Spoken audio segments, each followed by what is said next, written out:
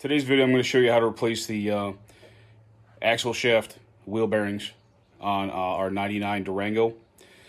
I have it partially apart already. I got some of the basic stuff done that you'll probably already know how to get already. As part of this video, as a special bonus, Super Clean wants to give away some stuff to one of my viewers.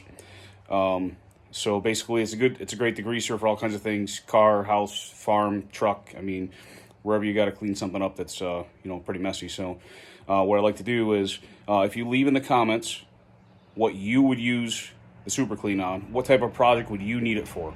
Are you maybe going to clean up your commercial kitchen? Are you going to use it on your vehicle, lawnmower, farm, boat?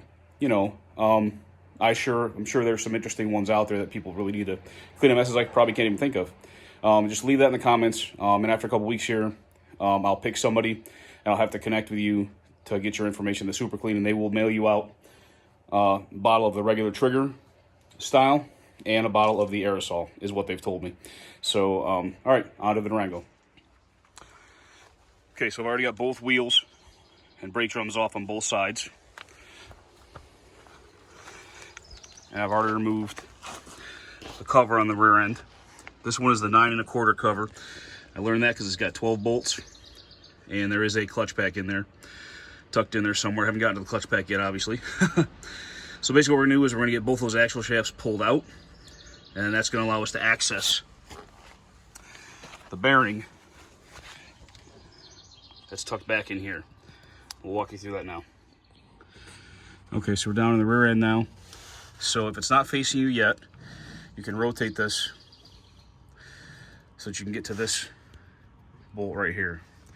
Okay, this is what you're going to need to pull out first to be able to get towards getting those axle shafts out. It's 8mm. There we go. So now it's coming loose. It's only threaded near the head. Okay, the rest of this screw is actually just a pin that goes all the way through this other larger pin to keep that pin in place. We'll show you what that's. Okay, when you get that pin out, this is what you're looking at. Okay. Now we can rotate this up so that that is on the top. Okay. And you see this pin, this large pin is already starting to slide out. You just push that out. So it's coming out pushing from the top. It should slide right out for you. Okay. Set that to the side. Now rotate this back a little so we can see again. You can see there's a C-clip here. This is actually the end of your axle shafts here that come all the way from the outside come in. So what I gotta do now is, this is kind of an interesting trick, unless you have a helper. I'm gonna push in on the end of the axle shaft with my foot. See how that comes in? I can probably hook it, push it back out. See? Now with that pushed in a little, now you can get that clip out. It just falls right out. And now you can push that back out with your fingers. See, it's gone. Do the same thing on this side. Push the shaft in a little. Yeah. Clip falls right out nice. And the reason that those don't fall out while you're driving is because this pin takes up the only space that's in between there. So it can't push in enough with that pin in place to actually release them.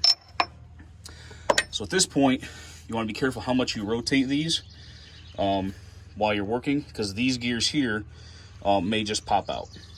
And it's not the end of the world if they do. You can get them back in.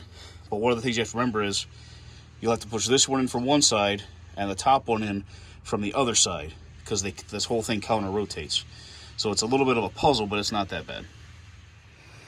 Okay, so now with the axle shaft unclipped from inside the rear end, now you can slide this whole thing out. Okay.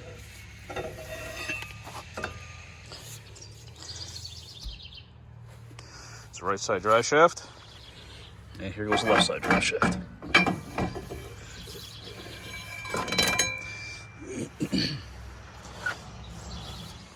So now we're going to work on pulling the seal and the bearing out of here. So the seal is the outer part, of course, and then the bearing is in here.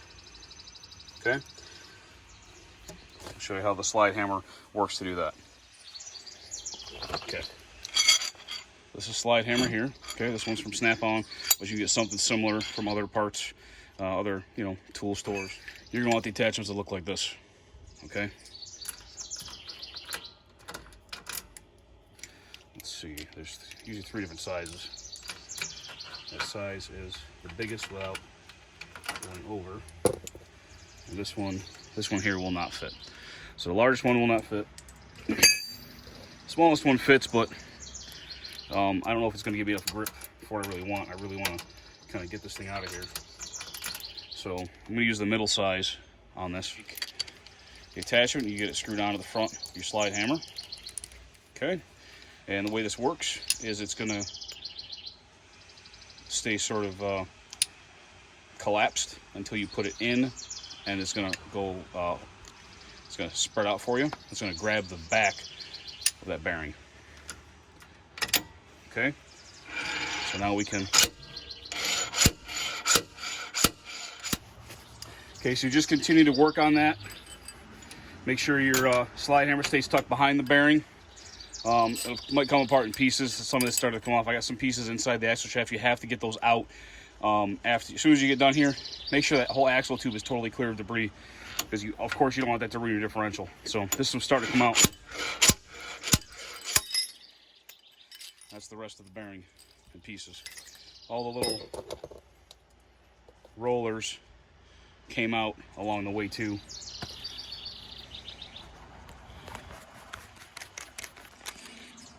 So now, of course, I broke some pieces in there. I'll have to fish those out. Probably use a magnet. Make sure all that stuff's out of there before we go any further really on this. Okay, I got all the debris cleaned out of there with a magnet, with a long flexible magnets on a stick. Just got it in there. Wiped out any excess oil or any other debris that might be where I can reach it. And now we're going to talk about getting these bearings pressed in. So that's what the new bearing looks like. I'm going to put it in with the lettering facing me. Okay. So it doesn't go in this outer bore. That's where the seal sits. So it's got to start on that inner bore. I just press it in gently, as straight as I can. Okay. And I'm going to get out the bearing driver here. Match up the size. That'll match the outer rim of this. This looks like a 63 millimeter. Will be perfect. Go ahead and put it on the end of the bearing driver tool. So we want to use something like this. This is all aluminum. Obviously this is steel, so we won't be damaging this at all. And we want to make sure we're riding on the outer edge of this, the outer edge of the shell there. Okay. It also helps us give consistent pressure all the way around the bearing at the same time.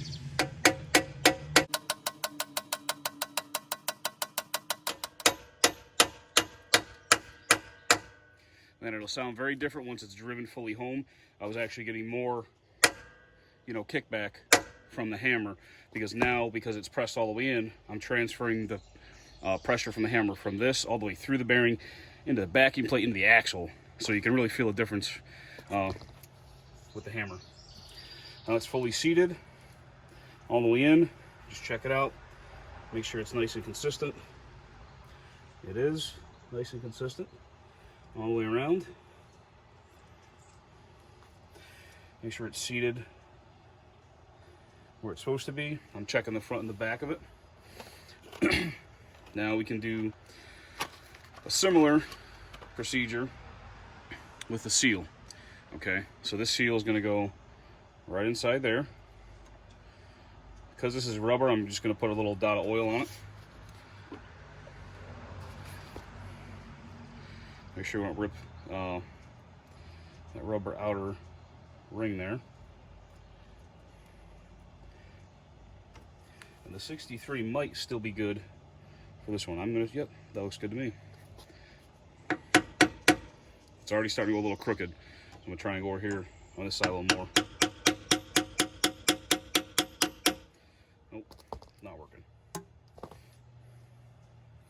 See if I got any lip here. Doesn't feel like I do. Try again. And this time we'll try just tapping it directly with a soft face hammer. See if we can get it started straight.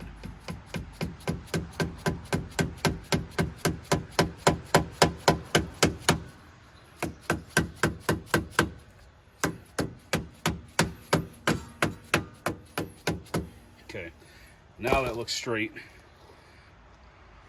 Now I'll go back to this.